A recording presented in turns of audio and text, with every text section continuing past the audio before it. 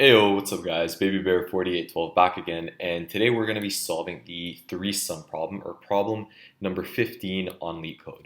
Now for those of you unfamiliar with it, three-sum succeeds the two-sum problem and precedes the four-sum problem. So if you either haven't tried this one yet, or you haven't tried or solved the two-sum problem, pause this video, go take a look at the two-sum problem, which will be stored down below, along with the four-sum one. Then come on right back and let's talk about how to solve this thing. So if we look at the problem, it says that we're given an array of n integers. There are elements any elements a, b, c such that a plus b plus c equals 0. If so, we need to find all the unique triplets in that array which solve it. Looking at a quick example here, we had this array here, -1. Let me kind of zoom in on this. -1, 0, 1, 2, -1, -4, -1, -1, and 2, along with -1, 0, and 1 are the only two possible combinations that sum to 0 in this case. In an empty array or an array of a length 1, obviously it's impossible to get a triplet, so we return the empty array. Okay, so where do we begin? Like I said, if you get this problem in an interview, you're not sure how to solve it right away, the first step that you can take, apart from taking a deep breath obviously, making sure you understand the question, is to then say that this kind of looks similar to a two-sum problem. And maybe if we can draw back and think to what we've learned in the two-sum problem, we can see how to extrapolate that and build upon and get to a three-sum solution. So as a quick reminder, let's kind of have a quick look at how we approach the two-sum problem.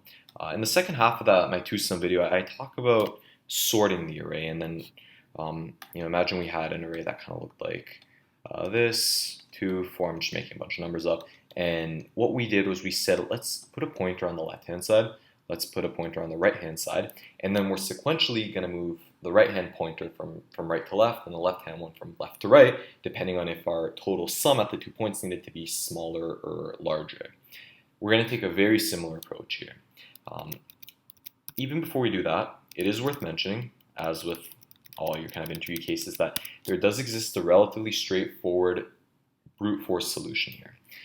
In this case, that brute force solution, and I can kind of put it here like I did last time, the brute force solution will actually give you a runtime complexity of O of n cubed. Now, if we think about why, to solve the two-sum problem in its brute force way, we would put two nested for loops that look something as follows. We kind of had maybe for I in range of the length of numbers, except we wouldn't really go all the way. And then for the second pointer, we'd say for j in the range of I plus 1, and then until the end of the numbers, that would kind of take us sequentially in that quadratic time complexity fashion. If you're unfamiliar with that, let me know in the comments down below. Maybe I'll make another video explaining that a bit further. In this case, if we went to a brute force solution, we could kind of do something like this. We could just add another variable and say for k in range of j plus 1, and then going to the end of the numbers array and kind of summing through these numbers. It's good to mention this as a possibility, but this isn't going to be the optimal solution. It's not really going to be good enough for any of the large FANG companies that I know you guys are going for, because y'all are brilliant and you deserve it, so stick with it. We can do better than this. Namely, I do want to specify that in any of these n-sum problems, maybe I'll jot this down just to really make it legit. In any of these n-sum problems, you're going to have a brute force solution, and your brute force solution is always going to have a time complexity of O, well, I guess we'll call it m to the power of n. Okay, so n here is if you got a three-sum problem, you're going to have m cubed. If you have a four-sum problem, the m to the 4, and so on and so forth. We can do one better. We can bring this down to O to the m to the power of n minus 1, So if you remember in the two-sum problem, we could solve it with n to the power 1. We can do a three-sum in n squared time. We could do a four-sum in n cubed time, and so on and so forth. I think you guys get the pattern. And excuse me if I kind of mix up the variable nomenclature here. I hope I'm not confusing anyone there. So I'll write this one down as the optimal solution. So how do we do this? Well, we talked about this pointer method just a minute ago and how we create a new blank page here. We talked about the pointer method and how we would bring those two inwards. So we actually want to employ the same tactic here. The way we're going to be doing that is ever so slightly different, and the code will be a tiny bit more involved, but the concept stays the same. So imagine that I had any load of numbers. 5, 0, 1, 7, yada, yada, yada. The precursor to actually doing our pointers approach was to have this array being sorted. Now, given that to sort it, let me put it this way. In order to sort it, that's going to take n log n time complexity. If we know that we can get a solution that our optimal solution is above that anyways, asymptotically this will not actually make a difference, meaning that we can feel free to sort the array without actually changing the end complexity or final result.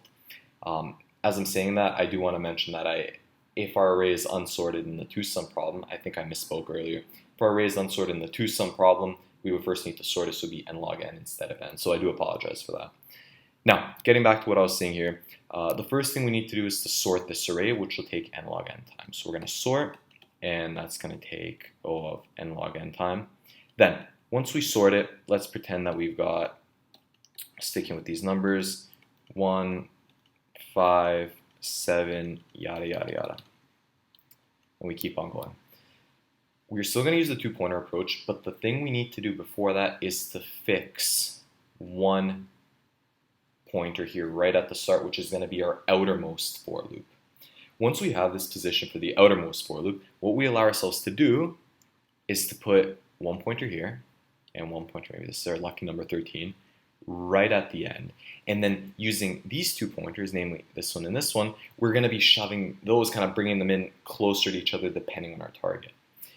Once we are done kind of with those two pointers, or rather with all those combinations of pointers, we are then going to take this pointer, this one that we anchored, if you will, move that one up, and then play the same game again, kind of like an accordion.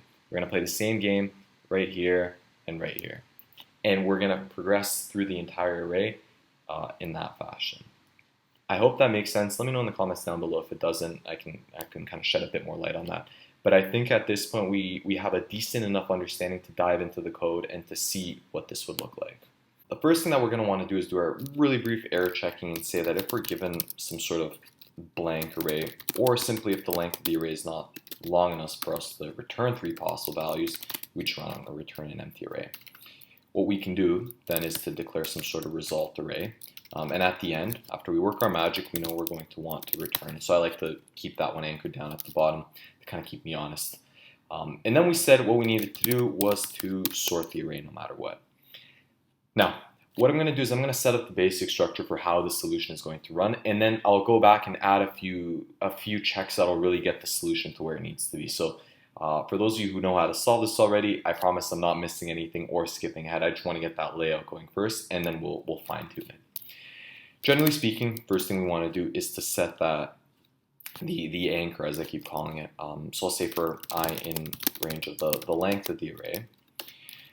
At this point, we're going to say we want to set the left index to equal I plus 1 and the right one to equal the length of the array minus 1. From there, we now want to jump into our two-pointer approach and move them as needed. So we'll say that while left is less than right, we'll call a variable total, which will equal the sum of the 3 pointers. We have right here. And now we need to go ahead and check this sum against the condition, the target that we might need. In this case, we're not given an explicit target kind of up here in the problem. Rather, we're just told to solve for 0. And so what we're going to do is we'll say if total is equal to 0, perfect, everyone's happy. We're going to take a result, append it. We're going to append this array with all the values we want. Nums to the left, nums to the right. Oops, if I could spell. Cool. Then we're going to want to move our 2 pointers up closer toward each other, 1 step each, and right minus equal 1. Otherwise, if the total is less than 0, our number is too low. So we're going to want to take our pointer to the left and bump it up and increase it. We know that will give us an increase because of the fact that we sorted it. So I'll say left plus equals 1. Otherwise, on the converse case, the right is going to have to come inwards by one step. Now, the one thing that I didn't take into account here just yet, which you do need to clarify, is incredibly important to talk to your interviewer about, is to say whether or not the array that we are fed contains strictly unique values. If it does not, let's pretend that we came here and, I had this, I was drawing a 0 into here kind of as, I want to draw, what are you doing?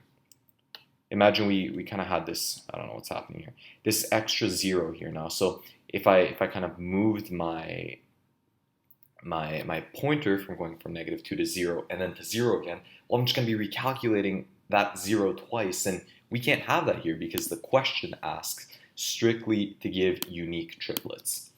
Now, some of y'all are thinking, because you're super sneaky, let me just put these, try to append or add these results to a set, then at the end I'll convert the set to a list and return that, and then we don't have to worry about this extra checking.